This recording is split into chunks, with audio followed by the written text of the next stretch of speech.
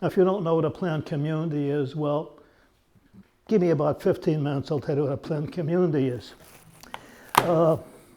The topic is after all sort of timely. I had a choice of when do I want to do this. I said, well, March would be good because people are planting. Many of you have gardens. Some of you are probably members of the New Jersey Native Plant Society, which was founded in 1985. Many of you are then probably thinking about planting some native vegetation. That's several good reasons for that. There's some ecological reasons for it, of course, but a good reason would be simply, well, I think that plant is beautiful. So that's a good reason to plant anything. That cardinal flower is absolutely spectacular. Okay. Now, some of us have been planting, say, for butterflies for decades, planting milkweed for monarch butterflies and letting the sassafras tree go for the swallowtail, that sort of thing. Now, more recently, the insect apocalypse, as it's being called, becomes a reality. The notion that there's an almost worldwide decline in insect populations, sometimes very extreme.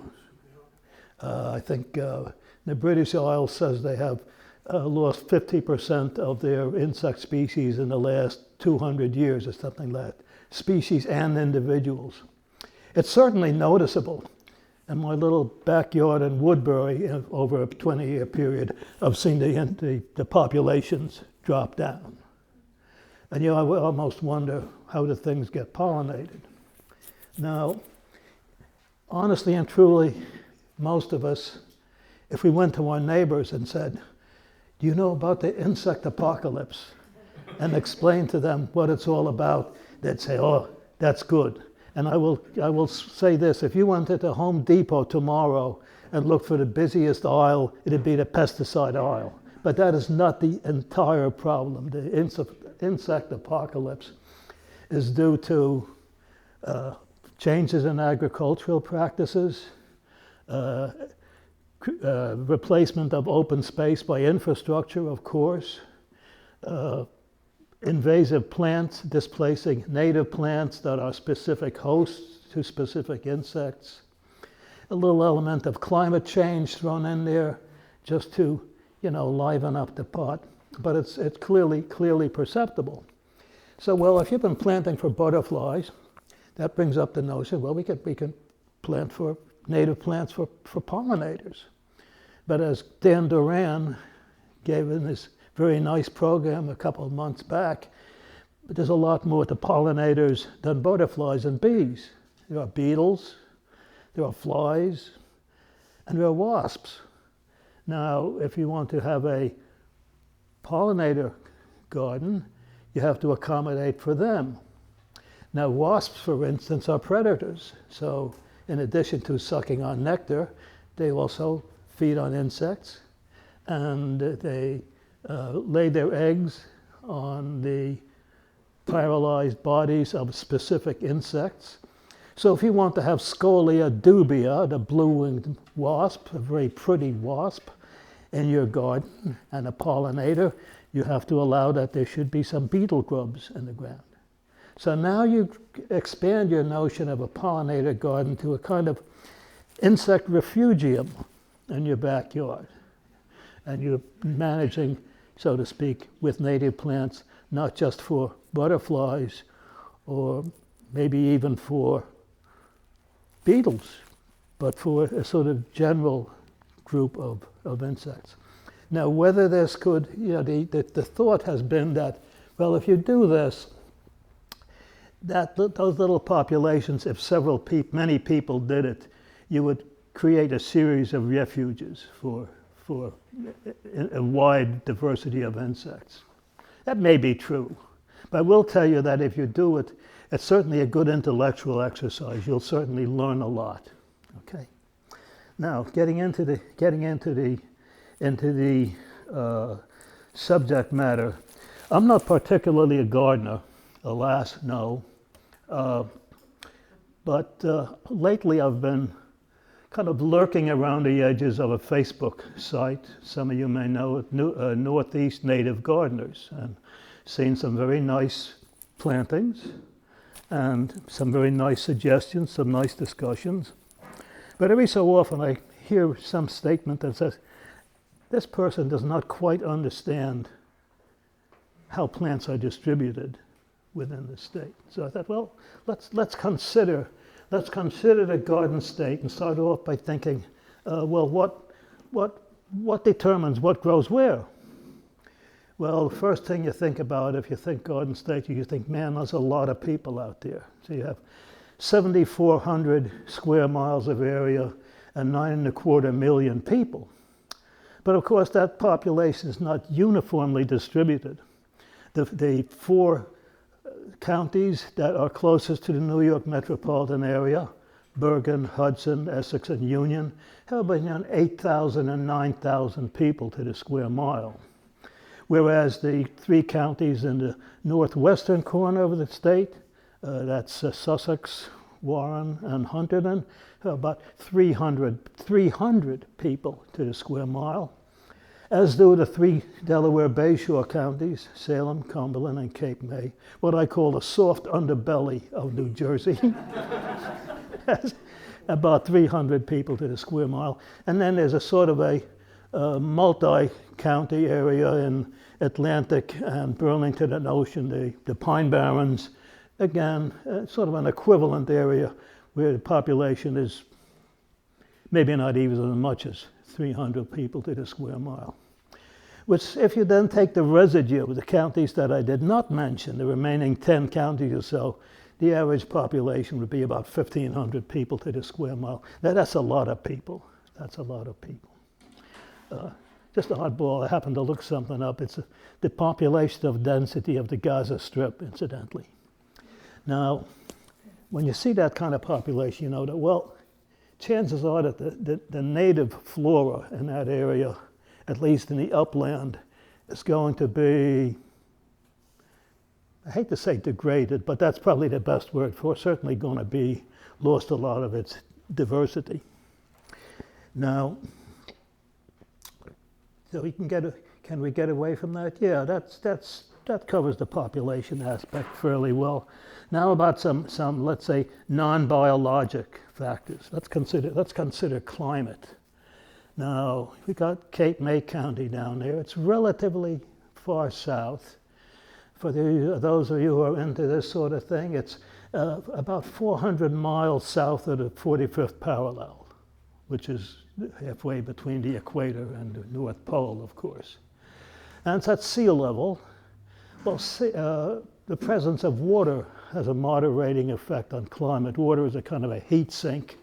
It soaks up heat in the summer very slowly, but then it releases that heat rather slowly in the wintertime. So that the wintertime climate in Cape May, yeah, they get a freeze once in a while, but generally speaking, you know, it's pretty mild winter. It's about equivalent to Richmond, Virginia, which is 100 miles farther south. Now, if you then go 150 miles north in New Jersey to a little town called West Milford, in the very southwestern corner of Passaic County, it's in the New Jersey highlands. I'll tell you more about them later on. It sits in a little valley surrounded by ridges. Elevation is somewhere between 700 and 800 feet above sea level.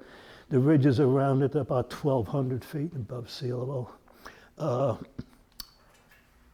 Its winter temperature, well, it's northern, so of course you expect it to be colder, and it's higher, you expect it to be colder.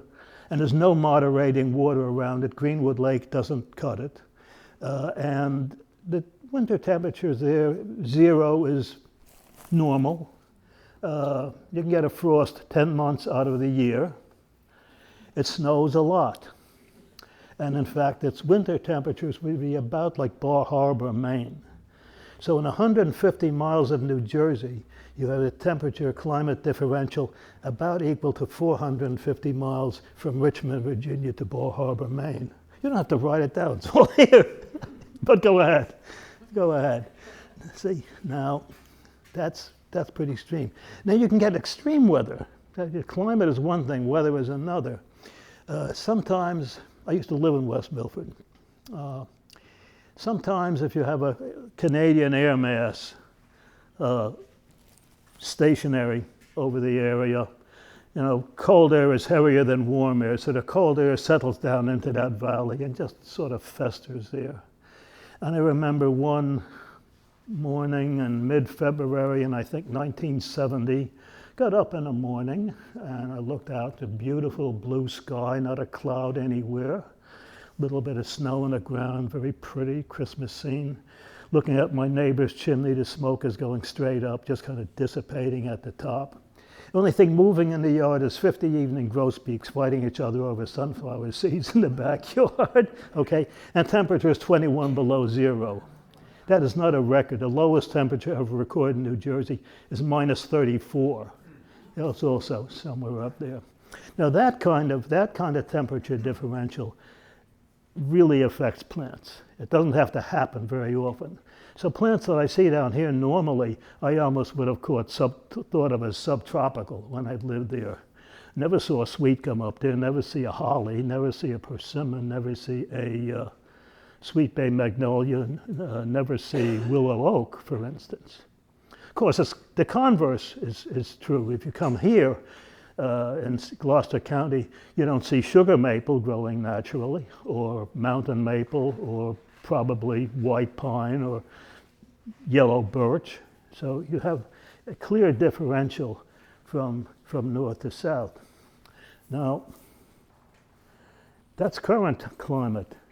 But somewhat instructive to consider a past climate era.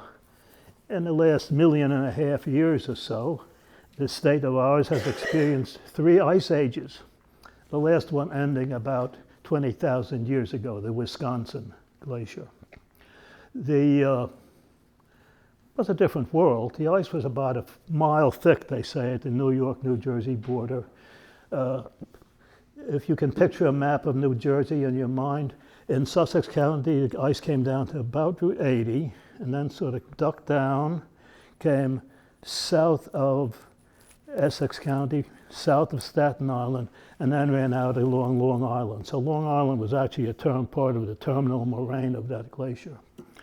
There was so much of the world's water locked up in the continental glaciers that the sea level was 400 feet lower.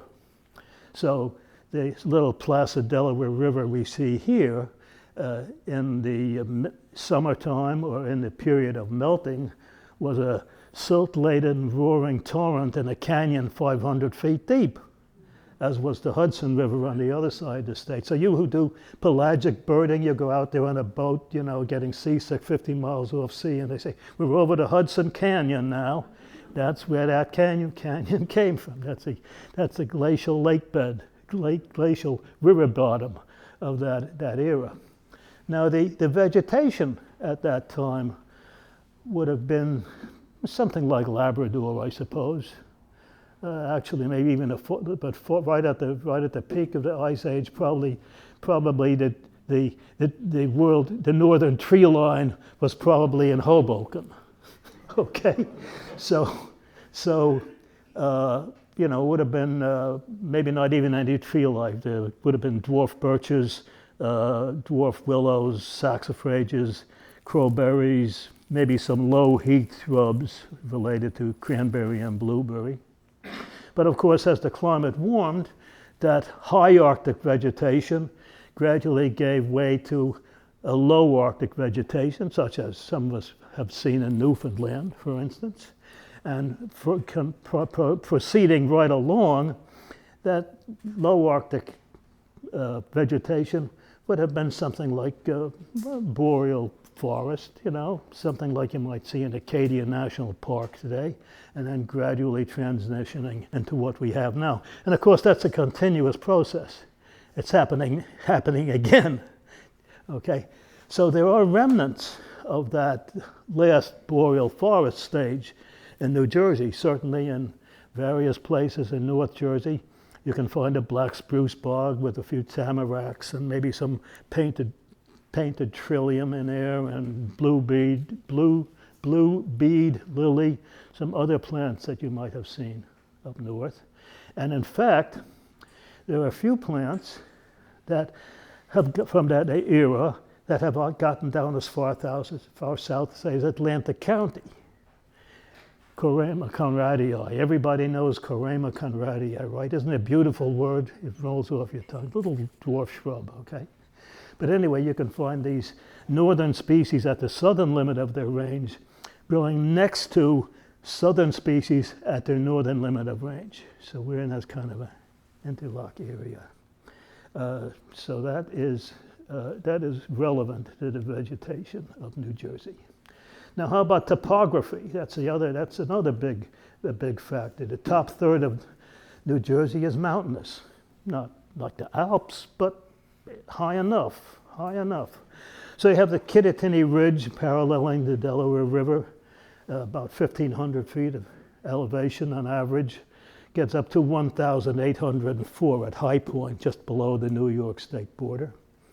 That ridge, by the way, starts in North Africa, circles around the North Atlantic Ocean, comes down through Canada, comes down through New Jersey, and continues down, of course, to Georgia, okay?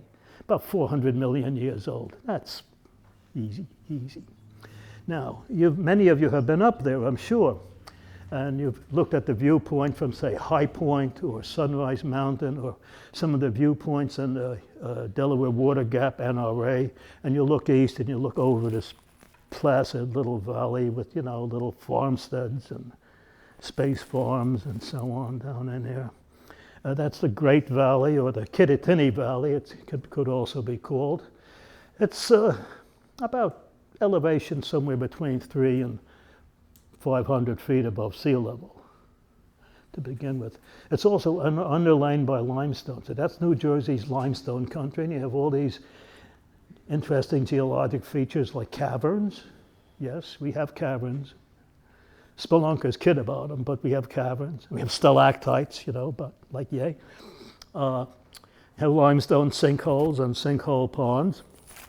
And of course, there are a lot of plants, the whole spectrum of plants that are calciphiles, that's a good word for you, who will only subsist on high limestone areas. So now, going east from there, the far side of the Kittatinny Valley would be about the eastern edge of Sussex County, and from there clear over to Bergen County, you have the New Jersey Highlands. That's a deeply eroded base of some ancient mountains, like some of those rocks are 500 million years old. They're ridges intertwining and interlocking, interspersed with occasional bumps and humps. So the ridges run about 1,200 feet above sea level. The occasional peak, if you want to call it, like Wyanoke High Point or Copperas Mountain and so on, get up to about 1,500 feet. And I've already said the valleys run a little higher, more than 300 to about almost 800 feet. Very interesting area. It has some development restrictions somewhat similar to the restrictions on development in the pinelands, as there is a highlands management plan.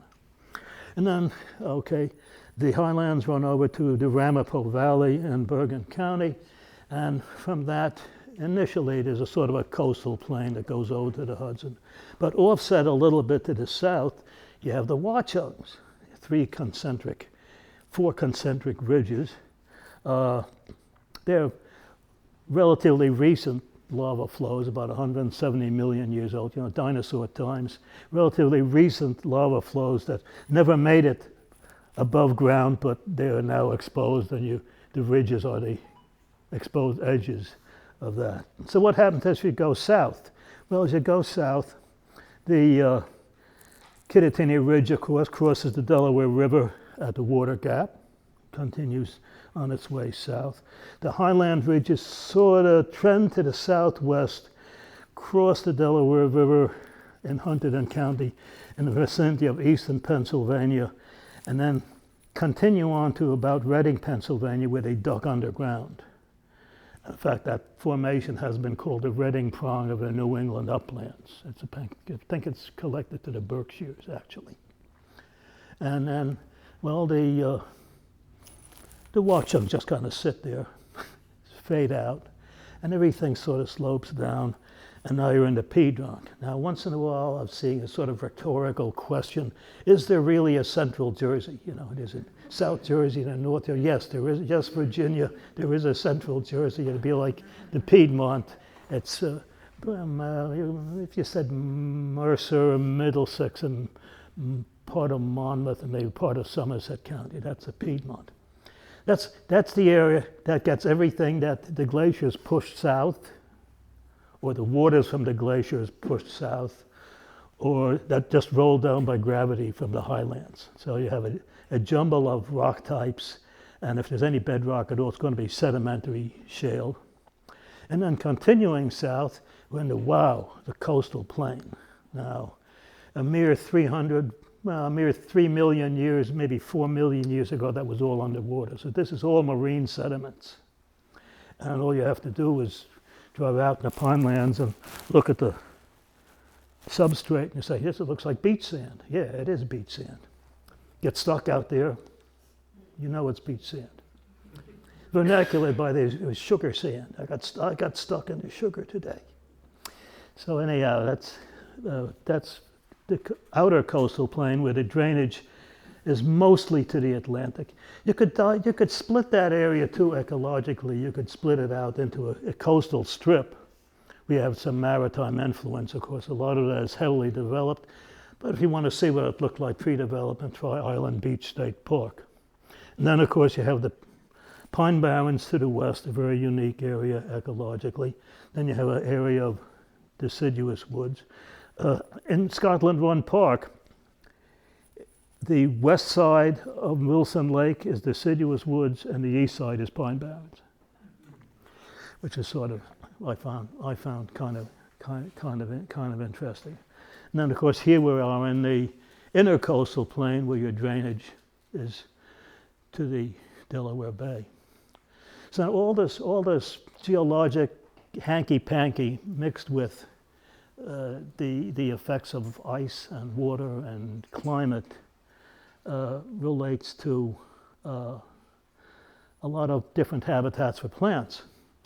So, for instance, we have 195 soil series, soil profiles in New Jersey.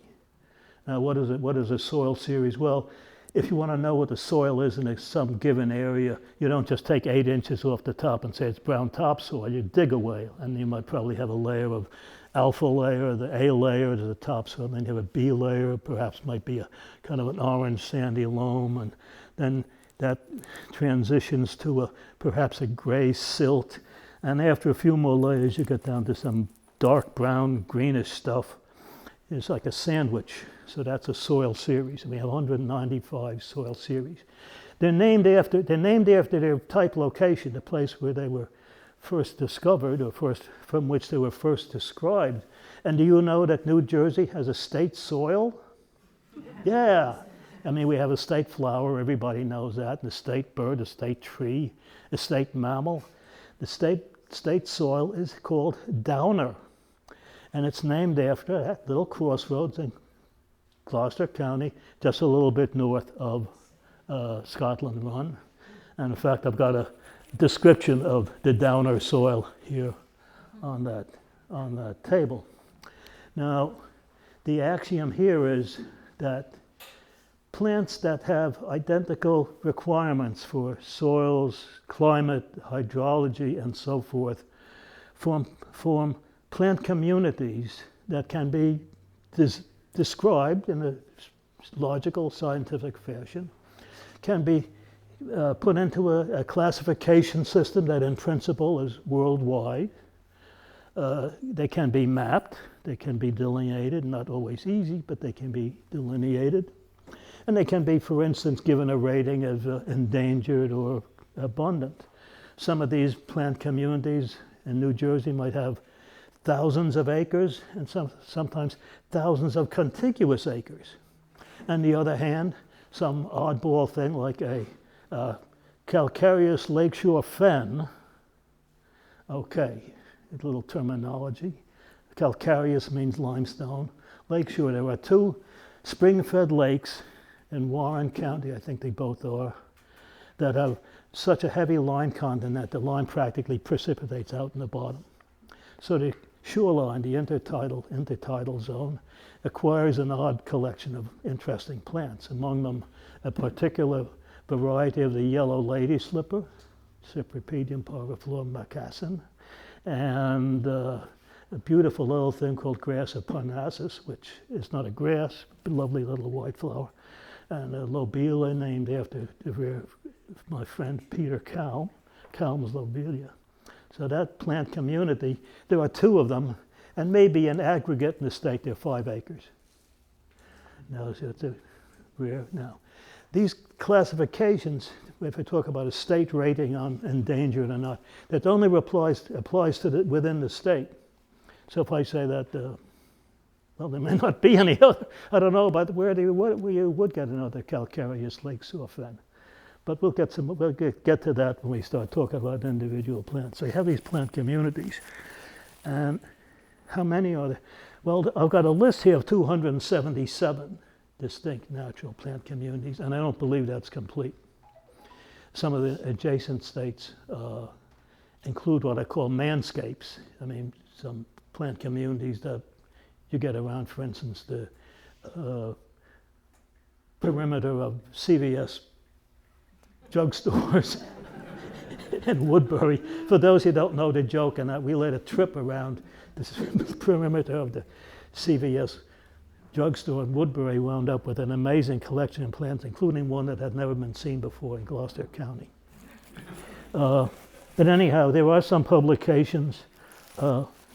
Here's one, again, it's mentioned in my handout, but here's one that has about 190 communities. That's by the Partnership for the Delaware Estuary, and that's online. So now that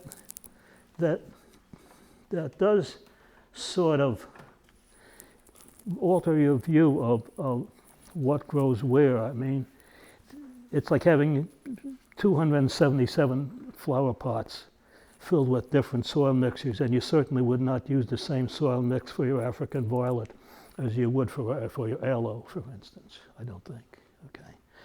And then when you start to talk about a plant that's native to New Jersey, if these things were independent commonwealths, let's say, with a different color, and put that on a map, it looked like a map of the Holy Roman Empire, you know, all kinds of areas. And you would say, well, they're different countries. But botanically, these different communities, to a degree, are different countries. Now, what about the plants themselves? What's a native plant? You can sort of haggle over that a little bit. But my view would be that it's a plant that was present in New Jersey without cultivation at the time of the first European settlers. So how many plants in there? Well, I have on the table here a checklist of the plants of New Jersey that I have compiled, and if anybody wants to get a copy of that, let me know. I'll email it to them. That's on my computer. But I came up with a list of 1,952 species. That's a fairly fixed number. And I would think about it. It's not going to change very much. Once in a while you get a change because of a taxonomic change. Like some years back, the nodding lady's tresses orchid that we see rather commonly is actually split into 3 species, 2 of which we have in New Jersey. But generally, if you say 1950, that would be close enough. That's only vascular plants. It's got to have roots and leaves. I don't count sedges. I don't count sphagnum mosses. I don't count liverworts. That's vascular plants. And I'm only counting full species. Now, some plants might exist as several subspecies within the state. I'm only going to count the full species. So that's, you do see some variable numbers of that. Of that 1,952, 138 are either extirpated in New Jersey or historic. That's about 7% of the plants of New Jersey. Remember, that's only in this state. So some of those plants are in fact globally rare, but there's only one of those 138 that is globally extinct. There was a little thing called Nuttall's mudwort. And the last collection was 1930 in Fish House Cove in Camden. Okay, but all the rest are still around somewhere. They may be rare, they may be common, but that's the historic. Now there are another almost 700 species that fall into either critically imperiled, which means there's only 1 to 5 locations in the state, or imperiled, which would be 6 to 20 locations in the state, or endangered, which would be 21 to 50 locations in the state.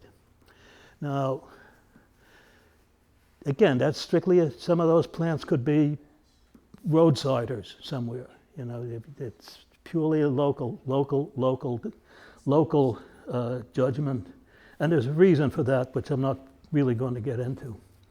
Now, many of those plants, especially the ones in the well, all of them actually, would be attractive species and would be interesting to have in the garden. But you have to consider that something that's imperiled in the state, probably, the reason it's imperiled is because it needed some kind of specific habitat to begin with. It wasn't a generalist, it was some kind of a specialist plant. And so if you want to grow one of those in your garden, you get away from the notion that a native plant is easy to grow because it's adapted to your climate. No, that doesn't necessarily work. I once had a chance to talk to some orchid buff. I didn't know her, just met her casually. And she happened to mention she was growing showy lady slipper in her backyard. Now, you all know the little pink lady slipper that we grow here, with a cypripedium, they call it. Well, the showy lady slipper, for those of you who don't know it at all, it's about 2.5, maybe even 3 feet tall. Big leafy thing, has multiple flowers. Flowers are the size of a hen's egg. They're white with magenta markings on them. A very spectacular plant. It grows in cold, mineral-rich fens, bogs, okay. So how do you get that thing to grow through the summer? She says, I mulch it with ice cubes. Now, I have often wondered if she was just stringing me. But even if she was, that would be not atypical of the kind of grief you would have to go through, that's something I've noticed with some of the native plant people is they will willy-nilly say, well, yeah, you can replace Pachysandra with that. No, you can't do that. You might also add, like I say, those plants, but these plants, you could, by the way, Cypripedium reginae, and buy one for about $100. Okay, they are available on the line. So the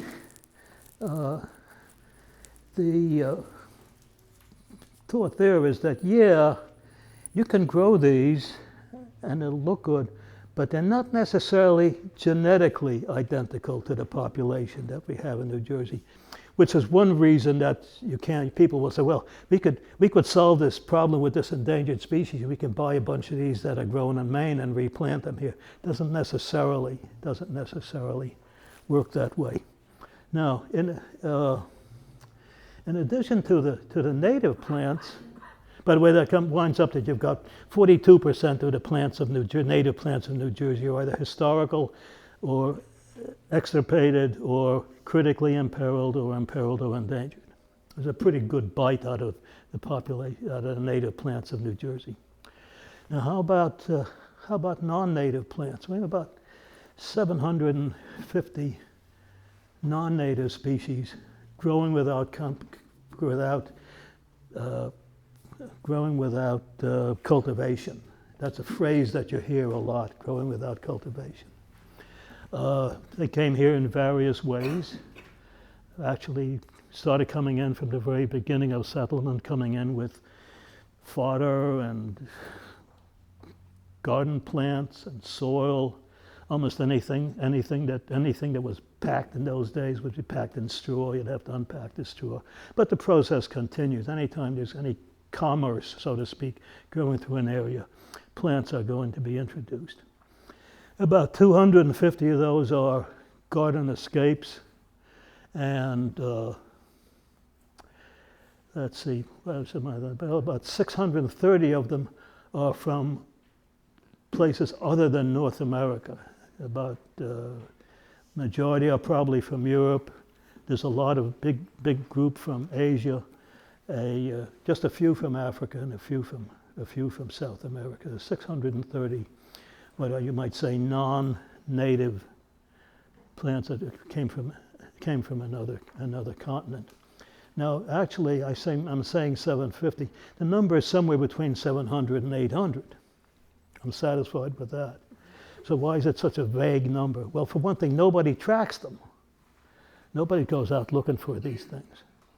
There's only about 6 botanists in New Jersey, you realize. You don't think you have squadrons of people out there looking at plants. You have maybe 6 botanists who would be able to go into a total strange area of the state and have enough of a familiarity to be able to pick out the oddballs. And in fact, then the other thing is, well, if nobody's keeping track of them, the plants on my list that haven't been recorded for 70 years, but they were here at one time, there's no reason to say they're not here anymore. So, there is a sort of a thing. There's also an issue of what do you really count? I mean, almost anything you grow in your garden will eventually hop the curb. But you really want to put tomatillo and watermelon on a checklist of the plants of New Jersey. Okay? Maybe, but the plant, we call these plants waif plants. You may see that word, it's a waif. Okay, it comes in for a while, probably dies out in a couple of years. But so it's kind of hard to classify them in the first place. Nobody's looking for them. And the places they grow are not places that typically botanists go, landfills and toxic waste dumps and abandoned industrial parks, vacant lots in, downtown Jersey City, that sort of thing.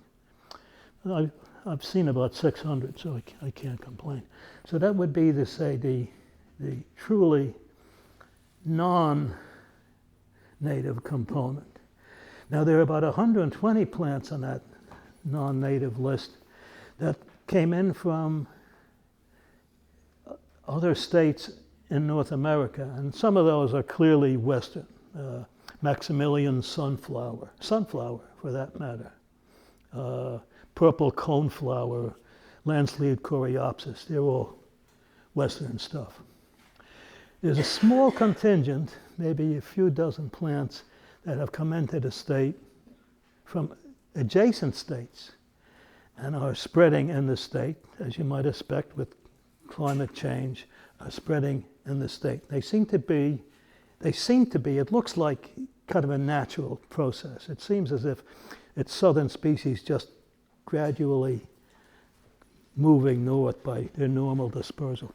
But that's very hard to tell because they're probably also coming in on nursery stock and mud on construction equipment and so forth. But there's a school of thought that says, well, if it comes on its own, it's a native. That's fine. Whatever you want to do. This isn't rocket science. Just giving you some idea of what's happening. So that really sums up a little bit about the plant life of New Jersey. Now, a couple of nuts and bolt questions. How do you identify? How do you know a plant is native? You've got a little shake and bake can here. It says, meadow in a box. And there's something on there called Crazy Daisy Juliana Moore, or something of the sort. Well, how do you deal with that? It says it's native to the Northeast.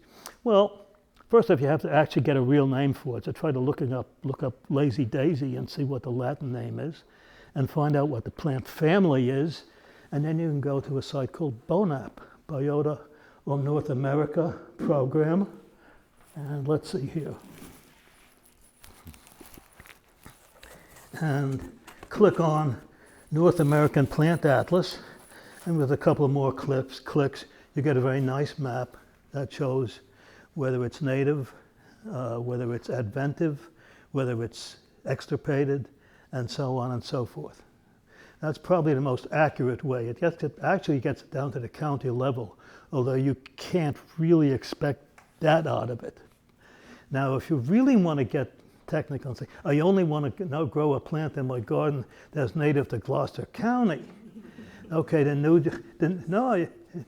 why not, you know? The New Jersey Native Plant Society has a website, and a nice guy named Hubert Ling has compiled lists for individual counties. I'm not sure if he has compiled a list of all the plants in the county or just the ones that would be of garden interest, but that would be another source. Now, one other thought that comes to mind is, okay, you've got your native plant garden and you're very happy with it, and the beetles are buzzing and the bees are buzzing and everything looks great, and some little interloper pops up, some little green thing comes up out of the ground. What do you do with it? Love it. Watch it. Don't pull it up. It could be a native species. Just because it's not showy doesn't mean it's not native. And for all you know, it could be the unique host plant for some rare leafhopper. So let it grow and maybe take a few pictures and plug it into your iNaturalist app, would be the easiest way to do it, and get an identification. Maybe look it up. So it's an educational process. I think,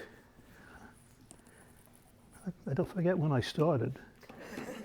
The intent was to be about 50 minutes. So, you know. So anyhow, if you have any questions, now's the time to find any, yeah. I like to look at things seasonally, and we all like to see what's popping up. Well, today I said to myself, this weather is really making it obvious that that little yellow flowering buttercup relative that you don't want it around, I started digging that out. Oh, Vicaria Varna. Yeah, so the idea is... You'll never get rid of it. I know. Every time I see it... Voted in as a native. Every time I see it, or that Cordalis incisa, those are the ones that came in on well-meaning friends' pots, right? We swapped plants. Yeah, It could have come from Pennsylvania. Somebody thought it was nice. I mean, I even thought they were nice at one time. But now, I feel like I'm going to be... That's the most pernicious little weed. Exactly. But you know what? If you can see one blooming, then you can see all the ones around it that have buds. Right. And you get in there. I mean, I used my pruners. I didn't care how long I just dug it out while they were trout. Now, you know what I forgot to say? I knew it was something I forgot to say. I finished too fast. Looking at those non-native plants, by and large, they don't mean anything because they grow basically in places that are already so beat up by human activity that no native plant could grow in them. So you take your lawn and you roll the whole thing up, and you got the grasses and the clovers and the dandelions and so on. That's one collection of non-native plants. And then you have a collection of non-native plants. And then you have some of the non-native plants grow in such oddball locations. Like I say, abandoned industrial parks are not a problem. But there are maybe 10% of them that are invasive. Now, some years back, the state of New Jersey, in its infinite wisdom, I think, published a list of 12. And there is a New Jersey Invasive Species Strike Team group that actually tears out plants, and they have a list of 140.